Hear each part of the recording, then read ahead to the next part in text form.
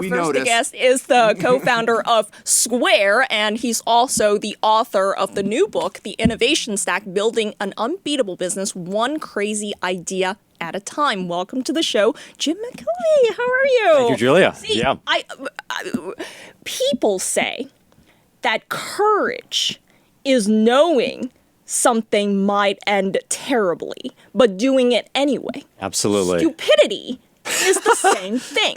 What's the difference between stupidity and courage to you? Courage is the word we use to say we use it to describe people who've succeeded. It feels like the same thing. When you're doing something that hasn't been done before, courage and stupidity feel exactly the same. So if you're doing entrepreneurship, if you're building something that has not been built before, people will call you stupid, and there's no way to disprove it because what you're doing has never been done, so you're really in no position to argue. So you invented this little thing. Yeah. So it changed our whole world because I didn't know what it was called, but I saw them one day swiping a card on the thing, and I'm like, oh. Yeah, you get paid. And getting paid is a big deal. And by the way, I think that a lot of small businesses are going to actually fare pretty well during this crisis because we're going to see a lot of reversion to, sort of cottage industries. So a lot of people are going to be displaced by this virus, and they're going to have to scramble for other things. And I want them to have a way to get them paid. And a lot of digital payments because no one's going to want cash. Yes, contactless. Like you can pay without touching anything. And how did you come up with this idea? So I'm a glassblower. I was selling a piece of work in my studio. I lost a sale because the lady couldn't pay with an Amex card.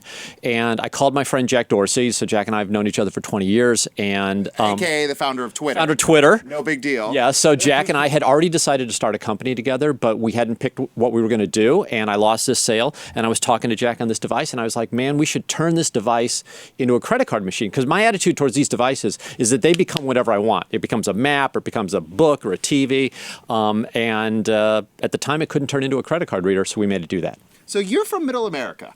Born and raised in St. Louis, Missouri. Yeah. Of course, just like my cousins, right? Yeah, all the Grassos. We know. All the Grassos of St. Louis, Missouri. Tell us why it's important for entrepreneurs to be from everywhere, because a lot of our, as you well know this, a lot of our venture capital funds are doled out on the East Coast. We kind of skip over the whole heartland of our country. So that's happening less and less, David. Like we're now starting to see funds in the Midwest funding small companies, and actually a lot of those funds do better than the funds on the coast because they get better valuations, and the work ethic and sort of the employment situation is better in the Midwest. There's just a lot less job hopping, a lot less sort of opportunistic switching. Doing business is it's just a really good way to start a business because you're not just burning through cash because people have to pay $5,000 a month for rent. AKA San Francisco, where Julia's from. Or New York. I mean, this place isn't cheap either. Yeah. So when you first invented Square, Amazon came out with a competing product. Yes. Oh my God. They tried to kill you. Tell us about that. Yeah. So Amazon, the most vicious predator in the world, if you're a startup, was doing what they always do. They copied our product, they undercut our price by 30%, and they expected us to just die. And we kind of expected it too, because at the time we could find no other companies that had survived an onslaught by Amazon. So we scrambled for something to do, couldn't think of anything, and just kept doing what we were doing. And amazingly, a year later, Amazon went away. And they were so cool about it. Well, they didn't have what we had. We had this thing called an innovation stack. And we didn't know it at the time, but Square had created so many little innovations that together, even mighty Amazon was not able to rip us off. And so I spent 3 years researching this, and I finally discovered this pattern. I was like, oh my God, I got to write a book about it. But I didn't want to write a boring sort of just textbook, so I actually wrote a comic book. So the original vast of that thing was this thing. It was a comic, and it was this graphic novel because the stories I found were just epic. There were these tales of these people who, basically had no qualifications, and that changed the world. So biggest bank in the world, started by a kid who dropped out of college or dropped out of school at 15, went on to become what we know of as banking. A guy named A.P. Giannini, and he was the sort of source of the comics. Biggest airline in the United States, started by a lawyer. Jack and I we had no qualifications in payments. I'm a glassblower.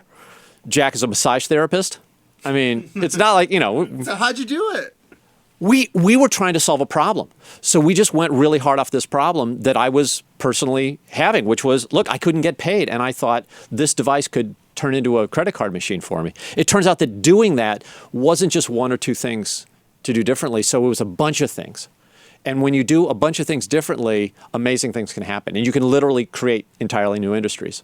So look, while you're sitting at home wondering what to do, I hate to assign a homework assignment, but look, if you got some time, maybe do some reading or listen to it as an audiobook, because one of the things I heard when I was promoting this book early on from entrepreneurs in their 40s and 50s was they said, I wish I'd learned this when I was 20. Sure. And so the stories that I tell in this book, especially me as a 20-year-old, look, I was clueless, I still kind of am, but learning some of these patterns, learning some of the ways that world-changing companies can be built, even by people who don't seem qualified, it's really powerful.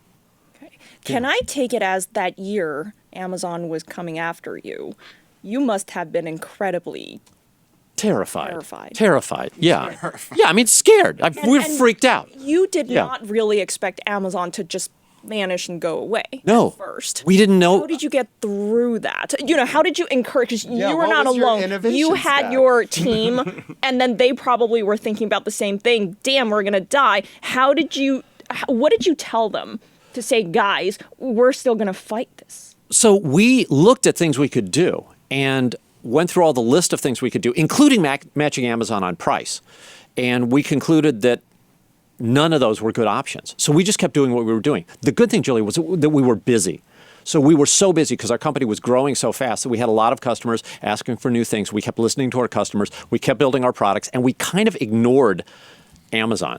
And then Amazon was actually really cool. When they gave up, they mailed all their former customers our little Square reader in a smiling cardboard box.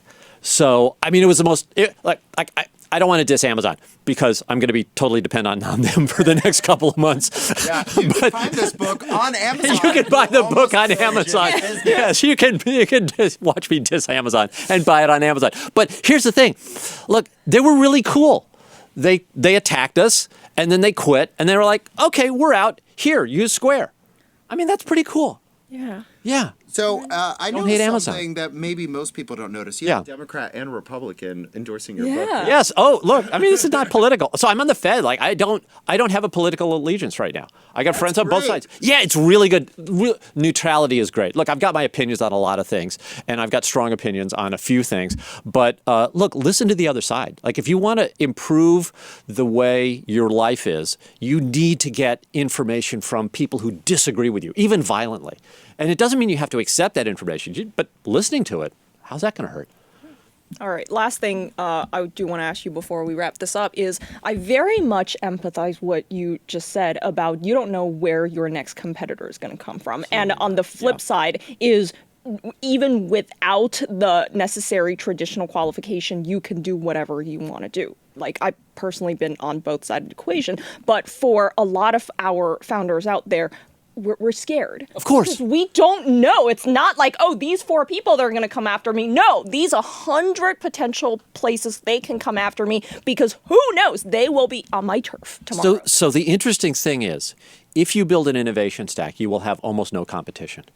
And that's this weird quirk. But what you have to do, so that sounds great. The bad news is you have to be willing to attack a problem that nobody else has solved before. And that's how you get rid of your competition. If you have the ability to pick something that has never been done before and work on that problem, then you really won't have competition for years.